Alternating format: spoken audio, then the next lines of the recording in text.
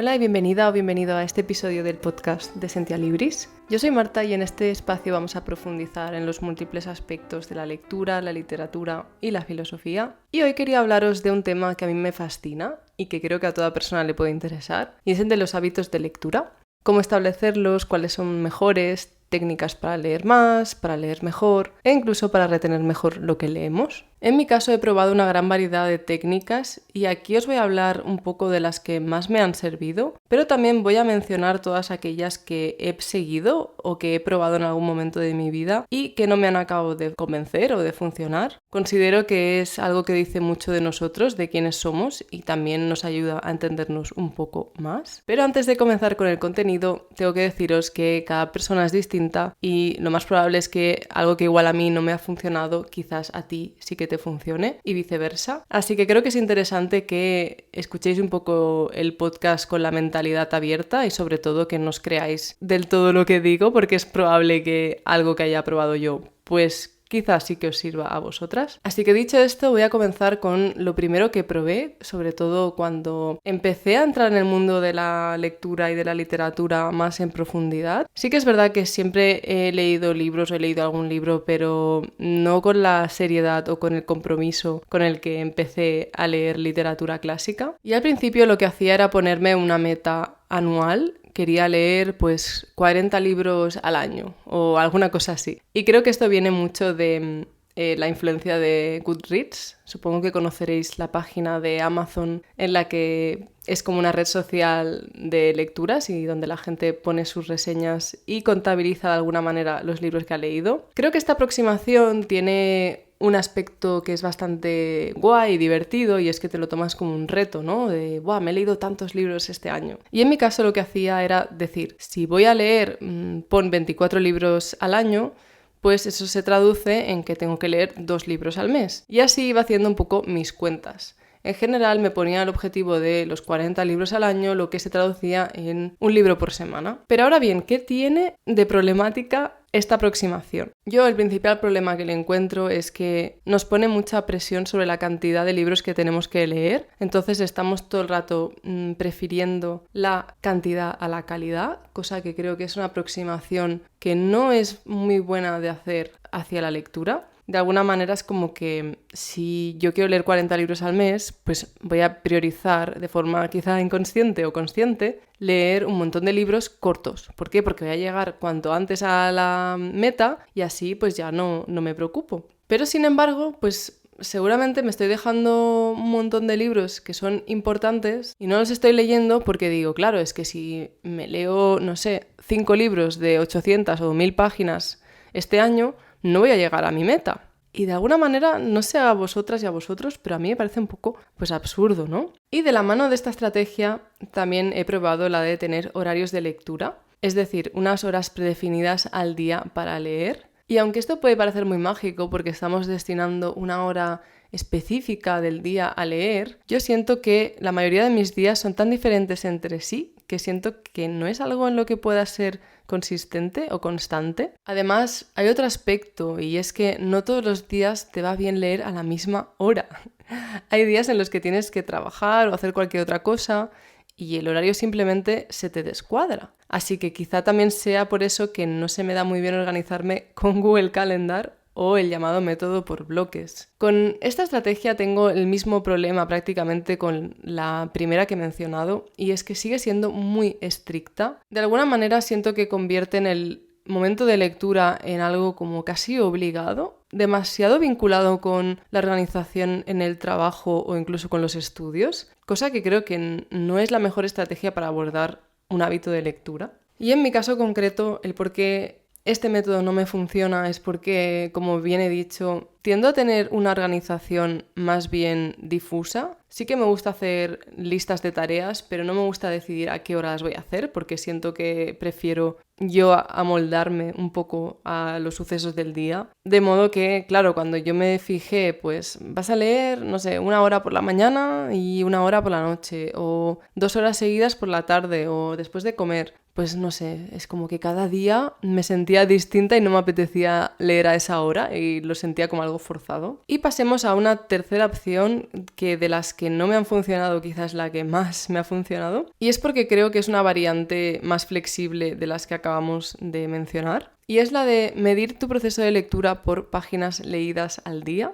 Y aquí hay dos opciones. Una que me ha funcionado más y otra que no tanto. Por una parte, tenemos el medir nuestra lectura por páginas leídas al día en base a un objetivo establecido a priori. Es decir, yo digo, quiero leer 100 páginas al día. Pues básicamente es tan simple como tratar de leer esas 100 páginas al día, independientemente de todo lo demás. Y bueno, esto es un poco más flexible porque al final no importa tanto cuántos libros estemos leyendo, sino el hecho de que estamos leyendo y estamos avanzando. Pero sí que es verdad que depende mucho del libro y del tipo de lectura el número de páginas que vayamos a leer. No es lo mismo leer 1 hora el Ulises que leer 1 hora, pues no sé, una novela juvenil. De la misma manera que no es lo mismo leer 1 hora filosofía que leer 1 hora Jane Austen. Y esto es porque los requerimientos del texto varían mucho en función del tipo de literatura o del género que estemos leyendo. Entonces yo encontraba que esto era un poco también absurdo porque sentía que no tiene ningún sentido que yo mida mi proceso por páginas leídas cuando leo, pues eso, libros de calibres muy distintos. Y claro, quizás leer 100 páginas del Ulises te cuesta pues 3-4 horas y leer 100 páginas de un libro pues más ligero de novela juvenil o novela policíaca, pues te puedes estar, no sé, 1 hora y media o 2. Y entonces dejé de ver el sentido a este método. Pero sin embargo, si lo hacemos al revés, si llevamos una especie de recuento de las páginas que hemos leído cada día,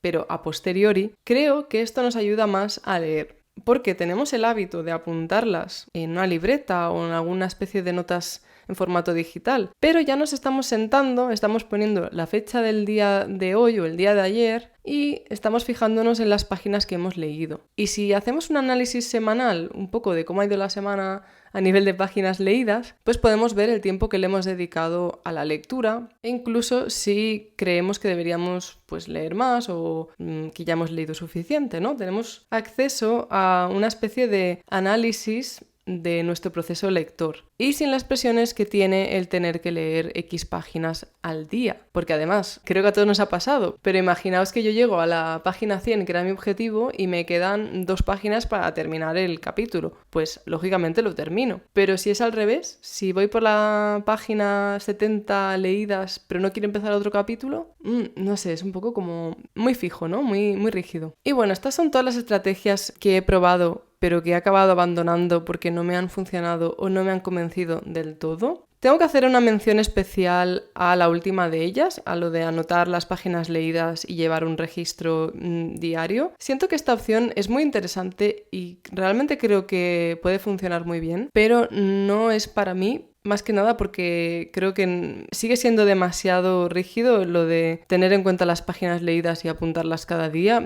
Yo, pues eso, como que muchas veces me olvido y no estoy tan pendiente de leer páginas. Y esto es porque yo defiendo quizás una perspectiva contraria, que es la de leer de forma lenta y pausada. No me gusta nada esta moda que hay del speed reading o de las técnicas para leer más rápido. Siento que, o sea, si me voy a poner a leer y tengo que leer súper rápido para leer más libros, de alguna manera siento que ya no tiene mucho sentido que me siente con el libro. Siento que me genera un poco de ansiedad estar pendiente de leer rápido. Y cuantas más cosas hacemos de forma tan rápida y veloz, es que creo que nos generamos nerviosismo a nosotros mismos. Pero bueno, esta es un poco mi experiencia y mi opinión, pero sí que es verdad que yo defiendo mucho el sentarnos con el libro y no tener prisa por acabar y no tener prisa por leer más y más páginas, que creo que es un poco a lo que te acaba llevando el tema de medir tu lectura por números, y por eso las técnicas que uso hoy en día son bastante diferentes y he logrado encontrar un poco lo que a mí me funciona y lo que me hace seguir leyendo o leer más y no perder de vista un poco pues mis objetivos. Y en primer lugar, y lo que más me ha ayudado a destinar tiempo a leer ha sido, en lugar de ponerme una meta cuantitativa de libros que tengo que leer,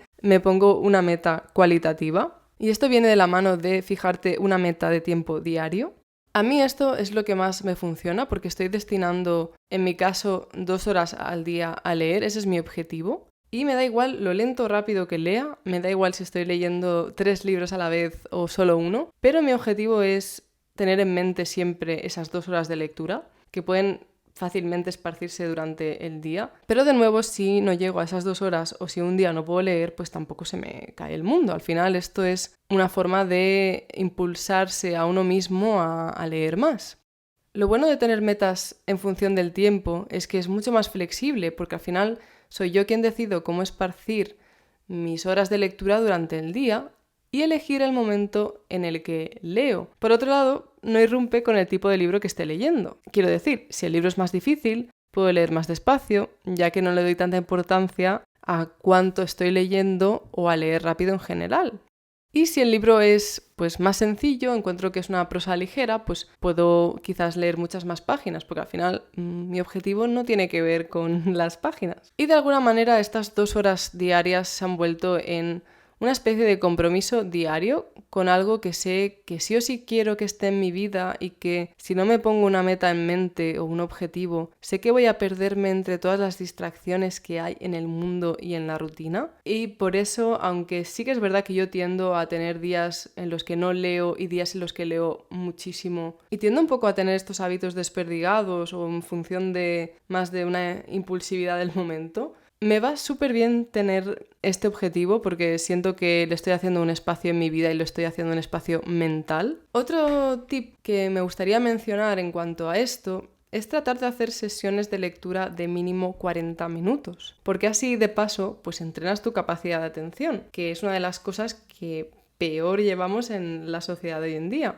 Y es por eso que no me gusta tanto leer en el transporte público, porque me distraigo mucho. Pero si se trata de un viaje tranquilo, de más de 20 minutos o de media hora, en los que sé que voy a estar sentada y no va a haber mucho ruido, pues sí que me gusta aprovechar el tiempo. Pero algo en lo que caía mucho antes es en usar cualquier momento de tiempo libre para leer. Y aunque esto está bien porque aprovechas mucho el tiempo, para mí al final era un factor de estrés bastante grande. Igual que os he dicho que la lectura rápida me genera un poco de estrés, me pasa lo mismo con coger un libro 5 minutos y dejarlo y luego hacer otra cosa y en el momento de entre medias leer 10 minutos, un cuarto de hora y dejarlo. La verdad es que prefiero entrenar mi cerebro a que si voy a leer va a ser por más de 20 minutos seguidos, porque así estoy más acostumbrada a que si me tengo que sentar y leer durante 2 horas seguidas no me va a resultar tan difícil como en el otro caso. Otro tip que me gustaría daros es el de leer más de un libro a la vez. Y sé que mucha gente considera esto como una especie de sacrilegio, pero a mí me va genial. Y si sois como yo, creo que os puede beneficiar mucho este consejo. Y es que a mí me gusta leer, ya he dicho un poco, pero libros de todo tipo. Y si estoy leyendo una novela y a la vez un libro de filosofía y quizás a la vez, un clásico, siento que tengo distintos tipos de lectura para afrontar y que en el caso en el que no me apetezca leer uno, tengo la opción de leer el otro. Porque no creo que en todos los momentos del día o incluso de la semana tengamos ganas de abordar el mismo tipo de texto. Y esto nos puede salvar de que si queremos leer pero no nos apetece continuar con el libro que estamos leyendo, tengamos otra opción a mano y sigamos leyendo. Ahora bien, tengo que advertiros de que quizás leer más de 3 libros a la vez empieza a aumentar en complejidad, cosa que me ha pasado porque he estado quizás con más de 5 libros a la vez y llega un punto en el que alguno acabas abandonando o acabas incluso olvidándote que lo estabas leyendo. Entonces quizás yo pondría un poco ahí el límite en los 3 libros. Y el consejo más importante que os puedo dar en relación a esto es que os aseguréis de que cada uno de estos libros es de una temática diferente, porque así os aseguráis de que alguno de ellos sí o sí os vaya a apetecer. Y ahora sí pasamos a otros temas, pero que también me han funcionado para leer más. Uno es el de los formatos de lectura, y es que considerar distintos formatos de lectura te puede ayudar a que no te quedes, un poco colgado con lo que estás leyendo. Yo soy muy fan del formato físico, es el que más me gusta, pero también tenemos la opción del Kindle, de los libros de segunda mano y de las bibliotecas, cosa que muchas veces se habla muy poco. Sobre todo la gente que lee en general, tenemos mucha pasión por tener nuestros libros quizás y puede ser algo muy romántico y que te den más ganas de leer por este factor estético, pero yo cada vez soy más fan de considerar otros formatos, por ejemplo el de segunda mano, porque si no queremos gastarnos mucho dinero en libros, siempre tenemos la opción de ir a una tienda de segunda mano. Además quizás te puede abrir un poco los horizontes porque porque eliges un libro que te llama la atención y que como no era muy caro, pues te lo compras y dices, pues voy a ver qué tal. Y también está la opción de las bibliotecas, que de esto es lo que menos se habla. Pero la verdad es que yo hay muchos libros que me gustaría leer, pero no tengo claro que me gustaría comprarme, porque no sé si los voy a volver a leer. Y en el caso de que sea así, pues lo más probable es que me lo acabe comprando. Pero sobre todo con el caso de lo que es literatura actual, ir a la biblioteca, cogerlo de allí, leerlo y en el caso de que te haya gustado mucho, pues comprártelo, ¿no? Pero no sé, para mí es una muy buena opción. Y lo mismo con el Kindle o el libro electrónico. También es una opción genial para no gastarte tanto dinero, también para no ocupar tanto espacio en la biblioteca o en tu casa, y que además tienes muchos libros a mano que siempre puedes llevar encima y que si no te apetece leer uno, pues puedes leer otro y de alguna manera pues eso es muy cómodo. Resumiendo, lo que quería decir con esto es que no cerrarse a un único formato de lectura, ya sea el físico, el electrónico o al mero hecho de comprar libros, creo que facilita el acceso a múltiples más opciones y de alguna manera a que leamos más y no nos quedemos tanto solo con aquellos libros que tenemos en casa o que vamos directamente a la librería a comprar. Y por último, uno de los consejos que no quería dejar de mencionar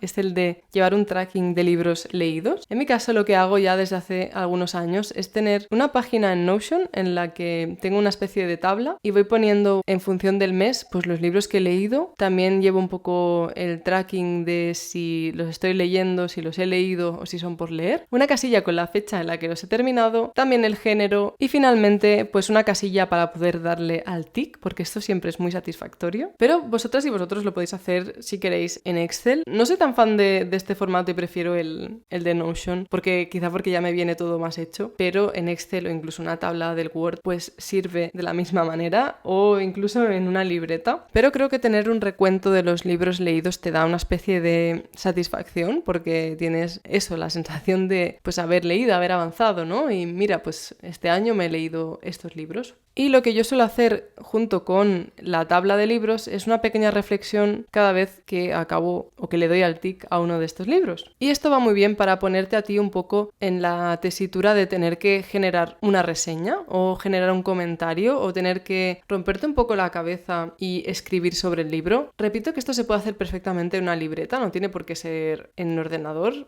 lógicamente. Pero la cuestión es que te pongas a ti una especie de ejercicio de hablar del libro que has leído y así puedes un poco reflexionar y dejar ahí tus pensamientos. Y además es súper bonito al cabo de los años o los meses pues el volver atrás y ver lo que escribiste sobre un libro en concreto. Y esto de escribir una pequeña reflexión o una reseña personal de la obra me lleva a hablar de los tips para retener mejor lo que leemos o para tener una lectura más profunda. Esta va a ser la segunda parte del podcast. Aquí los consejos que os voy a dar van a ser los que a mí me han funcionado y espero que de alguna manera os sirvan también a vosotras. En primer lugar, y también algo que puede ser muy polémico, es subrayar, anotar y poner post-its. Sí, yo sé que la mayoría de las personas pues tienen mucha reticencia a la hora de hacer esto y lo entiendo porque yo durante muchos años pues me pasaba lo mismo y no fue hasta que entré en la carrera de filosofía que todos mis profesores lo hacían, ya sea en lápiz, en boli o con post-its o con rotuladores. Cada uno tiene su nivel. Pero la cuestión es que nos lo aconsejaban muchísimo. Claro, tú al final no tienes la ética de Aristóteles y la tienes inmaculada. No. Lo que tienes que hacer es abrir, subrayar, anotar, escribir en los márgenes, poner post-its. En fin, se tiene que notar que te lo has leído y que le has dado vueltas. Y considero que pasa lo mismo con la literatura. Y es que, sobre todo con los clásicos, hay muchos que son complejos y que necesitas pues eso, subrayar, marcar e incluso poner post-its para luego volver. Y todo esto lo que hace es que pasamos de tener una lectura pasiva a una lectura activa, porque ya abrimos el libro en busca de ciertas cosas, en busca de cierto conocimiento. Y por ello yo recomiendo mucho que antes de precisamente abrir un libro, os planteéis con un lápiz o un bolígrafo en la mano qué es lo que queréis anotar, qué es lo que queréis buscar, qué quiero encontrar de este libro. Y veréis que lo más probable es que depende del tipo de obra, pues va a variar mucho mucho cómo respondáis a esta pregunta. Pero ya de entrada estáis dando un motivo al por qué tenéis un bolígrafo o un lápiz en la mano. Y convertir la lectura de pasiva en activa es lo que va a hacer que vuestra mente esté entrenada para buscar respuestas en el texto y también para retener mejor lo que estáis leyendo. Porque además pasamos de tratar el libro como algo inmaculado a una fuente de conocimiento, de sabiduría, de frases a enmarcar, de pasajes a reflexionar, etcétera, etcétera. En definitiva, que yo soy muy fan de tratar a la literatura de la misma forma que puedo tratar a un libro de ensayo o de filosofía. Y esto tampoco es nuevo, porque viene del estudio de la Biblia, de la escritura. Muchas de las Biblias de estudio están hechas expresamente con unos márgenes muy grandes a los lados para que aquel que la estudia pueda anotar y pueda escribir. En definitiva, que os aconsejo que la próxima vez que abráis un libro de nuevo, tengáis un lápiz o un bolígrafo en la mano y probéis un poco esta estrategia y ya veréis cómo la forma de afrontar la lectura es muy distinta. Antes de pasar al segundo tip o al segundo consejo, quería hacer un poco un disclaimer aquí porque está muy claro que no todos los libros queremos leerlos para anotarlos. Si vamos a leer un libro por pura desconexión o por puro escapismo, entiendo que no vamos a estar con un lápiz en la mano. Por eso he titulado un poco esta segunda parte del podcast Consejos para retener mejor lo que leemos, porque doy por sentado que ya estamos hablando de libros de los cuales queremos aprender algo o queremos acordarnos, no tanto al tipo de lectura que es más por placer o por escapismo. Y dicho esto, y de la mano del primer consejo, está el de que tengáis una libreta donde anotéis las páginas o los pasajes o las frases que hayáis subrayado o las reflexiones que os van viniendo a medida que vais leyendo. Este es un concepto que me fascina, que es el de Commonplace Book. Y si me estáis escuchando en YouTube, en la cajita de información miraré de poner algunos vídeos al respecto. Pero la idea es que tengáis una libreta en la que vayáis anotando un poco, sin tampoco mucho orden, estas ideas que os van surgiendo a medida que vais leyendo. Y la idea es que también volvéis la lectura en un ejercicio activo y aún más allá, porque si estáis reflexionando a medida que vais leyendo, el cerebro está mucho más activo y retenéis mucho más lo que estáis leyendo y hacéis un poco que el conocimiento sea vuestro. Además tiene otro beneficio y es que no hace falta que vayamos al libro para ver las cosas que más nos han gustado. Tenemos la libreta y podemos ir hojeando y viendo qué es lo que nos ha impactado. Y esto está bien para intentar de tratar conexiones entre obras o al menos para ver qué es lo que más nos interesa, ver un patrón en quiénes somos nosotros cuando leemos, cosa que volvemos a hablar de conocerse más a uno mismo a través de la literatura, lo cual me parece fascinante.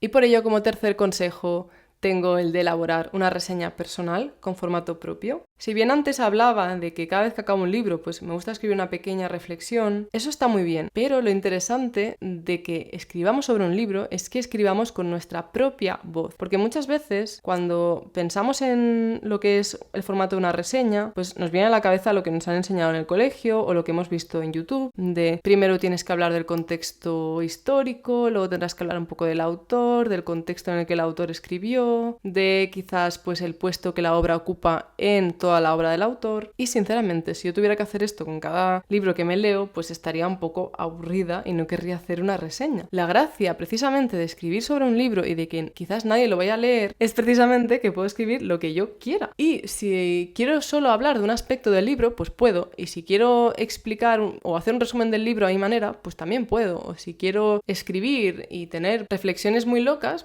claro, también. No se trata de que haya un esquema al cual seguir y que tener que hacerlo de una forma concreta para que esté bien, sino al revés, se trata de que el libro te haya despertado algo y te haya hecho reflexionar y que tú encuentres tu propia voz con tu reseña.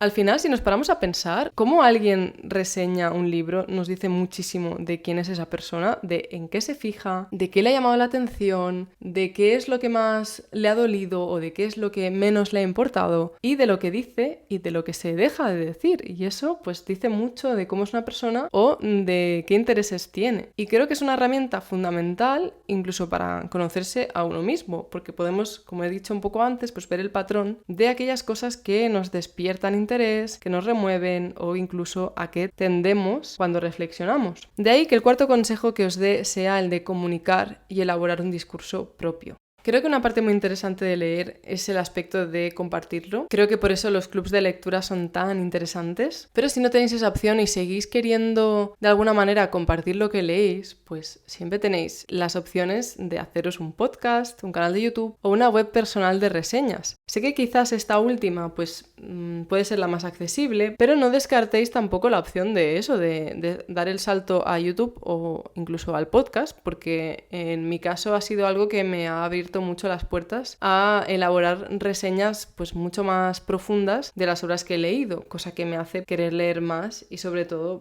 sentir que estas obras se han quedado conmigo. Pero bueno, si no queréis dar este paso o si tampoco es algo que tengáis mucho en mente o que os apetezca, pues siempre podéis compartirlo de otras formas, ya sea con comentarios también en vídeos de YouTube, con comentarios en Goodreads, la página esta de Amazon que he mencionado antes, que seguro que conocéis, o incluso plantearos, pues, no sé, hacer un club de lectura en vuestro barrio o en vuestro pueblo, o apuntaros a uno, o si no, pues tener a un amigo o amiga con el que compartáis lecturas. Pero no olvidéis que el factor de comunicarse y de compartir es un factor fundamental y que creo que mejora mucho la experiencia lectora.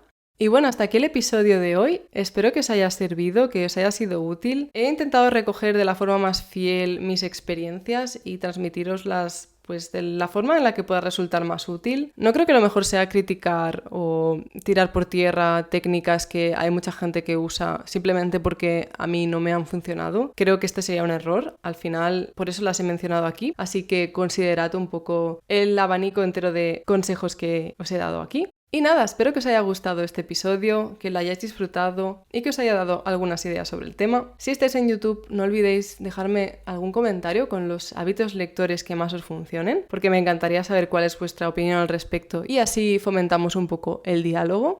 Gracias por acompañarme hasta el final y nos vemos en el siguiente episodio. Chao.